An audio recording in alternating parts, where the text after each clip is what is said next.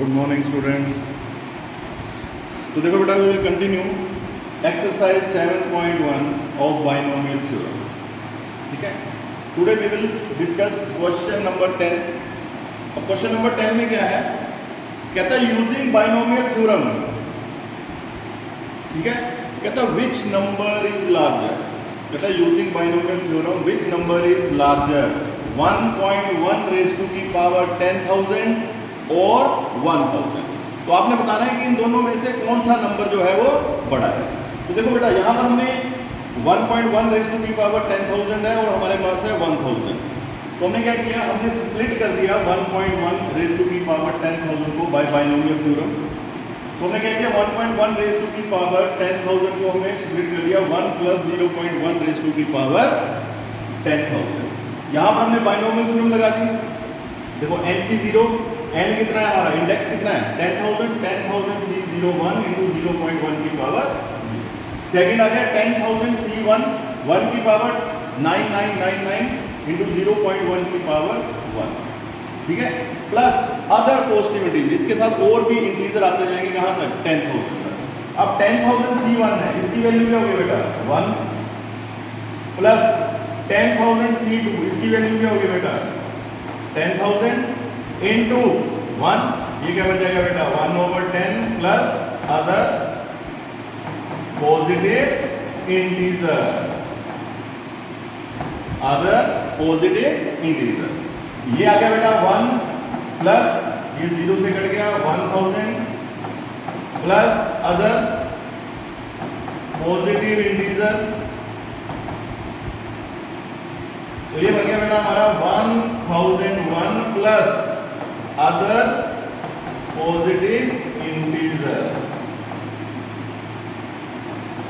ठीक है बेटा, अब यहां पर अगर आप ध्यान से देखोगे, अगर हम 1.1 रेज़ टू की पावर 10,000 को एक्सपेंड कर रहे हैं तो इसकी पहली दो वैल्यू ही 1001 है।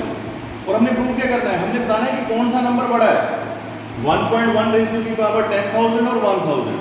तो हमारे पास पहला ही डिजिट जो है वो 1001 आ गया। तो दैट मीन्स जो भी इसके आगे नंबर आएगा वो 1001 से प्लस ही होगा, वो 1001 से प्लस ही होगा। ठीक है, इसका मतलब क्या हुआ, therefore 1001 plus other term, other positive integer greater than 1000। अब अगर ये 1000 से बड़ा है, अब ये जो है ये वैल्यू किसकी है, ये एक्सपेंशन है किसका 1.1 रेज़ टू की पावर 1000, therefore 1.1 रेज़ टू की power 10,000 is greater than 1000। Simple सा क्वेश्चन है। ठीक है बेटा, आगे नेक्स्ट क्वेश्चन नंबर 11 और क्वेश्चन नंबर 12। ये दोनों क्वेश्चन एक जैसे हैं, जैसे क्वेश्चन नंबर 11 है वैसे ही क्वेश्चन नंबर 12 है। तो हम करेंगे क्वेश्चन नंबर 11। क्वेश्चन नंबर 11 में हमारे पास क्या है, देखिए क्वेश्चन नंबर 11 में कहता फाइंड, आपने क्या करना है, कहता पहले फाइंड करो a + b रेज़ टू की power 4 minus a - b raise to की पावर 4, देन ठीक है, पहले आपने किसकी वैल्यू निकालनी है, a + b की पावर 4 और a - b की पावर 4, देन इवैल्यूएट। इसके बाद हमने इवैल्यूएट करना है किसको, √3 प्लस √2 की पावर 4 माइनस √3 - √2 की पावर 4। उसके बाद हमने क्या करना है, इसी को इवैल्यूएट करना है। ठीक है बेटा, तो सिंपल क्वेश्चन है, पहले हम सॉल्व करेंगे a + b की पावर 4 और a - b की power 4 by binomial theorem. Okay बेटा, ठीक है बेटा। तो हमने पहले एक्सपेंड किया a + b की पावर 4 को, ये बन गया 4c1 4c0 a raise to की power 4 plus 4c1 a³ 3 4c2 a² b² 4c3 ab² ab³ और 4c4 b की पावर 4। उसके बाद आ गया माइनस साइन, फिर हमने एक्सपेंड किया a - b को। ठीक है बेटा, अब a - b को जब एक्सपेंड करेंगे तो मैंने आपको जैसे पहले यहाँ मैंने पॉजिटिव लिखा है, लेकिन यहाँ पर क्या होगा, जहां पर ओड नंबर b की पावर ओड नंबर है वहां पर क्या आएगा बेटा माइनस। ये देखो पहले b की पावर 0 है, 1 हो गया, दूसरे में b की पावर 1 है, तो b कितना है बेटा हमारे पास, माइनस b है, तो ये क्या बन जाएगा माइनस, तो ये भी क्या बन जाएगा माइनस। अब हमने क्या करना है, ब्रैकेट को रिमूव करना है और इसकी वैल्यू निकालनी है। पहले देखो 4c0 1 आएगा, ये बन गया a की पावर, क्लियर है। 4c1 इसकी वैल्यू होती है 4 a क्यूब b, 4c2 इसकी वैल्यू क्या होती है बेटा, इसकी वैल्यू होती है 6 a स्क्वायर b स्क्वायर, और 4c3 इसकी वैल्यू होगी 4ab क्यूब प्लस b की पावर। देखो मैंने आपको पहले भी बताया हुआ है कि फर्स्ट और लास्ट इसकी वैल्यू 1, सेकंड और सेकंड लास्ट जो इंडेक्स है वो इसकी वैल्यू है। अब उसके बाद माइनस साइन है, जब माइनस साइन ब्रैकेट के अंदर जाएगा तो इन सब के साइन चेंज हो जाएंगे, ठीक है। मैं नीचे करके लिख देता हूँ इसको, माइनस, देखो ये अंदर जाएगा, ये बन जाएगा a की पावर 4 माइनस माइनस क्या हो जाएंगे plus 4 a cube b minus plus minus 6 a square b square minus minus plus 4 a b cube और माइनस b की पावर 4, ठीक है बेटा। अब जो वैल्यू कटती है वो काट दो, a4 से a4 कट गया, 6a स्क्वायर से ये कट गया, b4 से b4 कट गया, तो हमारे पास क्या बचा बेटा, हमारे पास बचा 4a क्यूब b, ठीक है, 4ab cube plus 4a cube b plus 4ab cube plus 4ab, ये बन गया 8a cube b plus 8ab cube plus 8ab cube, ठीक है। तो यहां से 8ab कॉमन आ गया, अंदर क्या बचा बेटा, यहां बच गया a स्क्वायर और यहां बच गया b। तो ये हमारी क्या आ गई बेटा, दैट इज द एक्सपेंशन इसकी a प्लस b की power 4 minus a minus b की पावर, ये वैल्यू आ गई, ठीक है। उसने क्या बोला, उसने बोला कि पहले इसको सॉल्व करो फिर आपने इवैल्यूएट करना है इसको।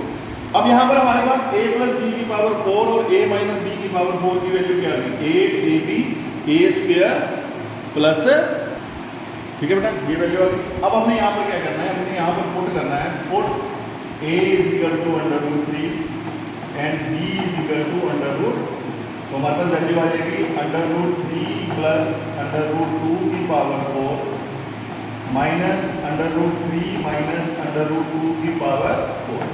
हमने वैल्यूएट इसी को करना है, डायरेक्ट वैल्यू आएगी, यहाँ पुट करेंगे 8 √3 इंटू √2 इंटू √3 का स्क्वायर प्लस √2 का स्क्वायर, ये बन गया बेटा 8 √6, ये बन गया 3 प्लस 2 5, तो ये आ गया 40 √6, ये हमारा क्या आएगा बेटा, दैट इज द आंसर। यानी ये इवैल्यूएट कर दिया हमने इसको, √3 प्लस √2 माइनस √3 माइनस √2 का।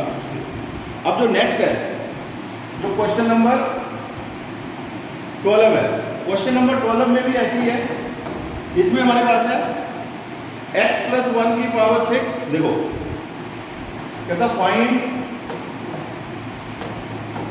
x प्लस 1 की पावर 6 माइनस x माइनस 1 की पावर 6, कहता है इसकी वैल्यू निकालो।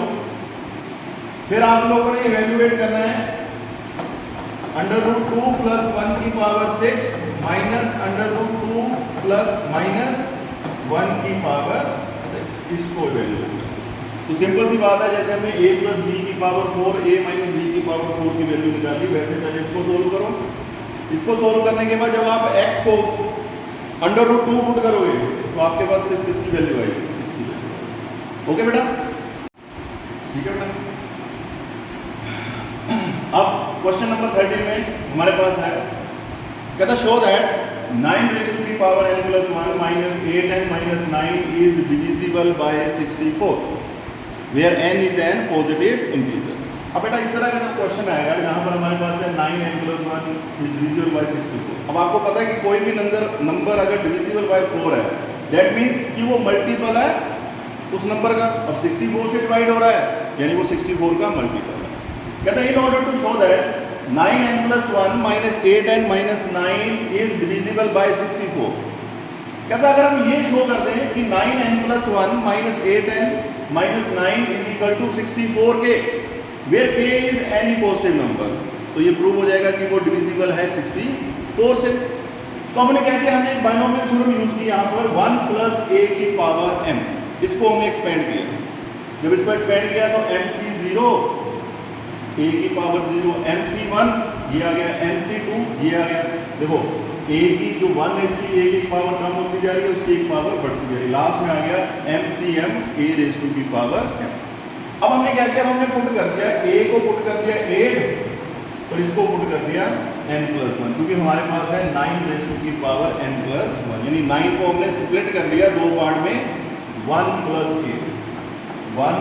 8 m की वैल्यू आ गई n+, ओके बेटा, n+, यहां बन जाएगा n+1 c0, ये भी 1 है,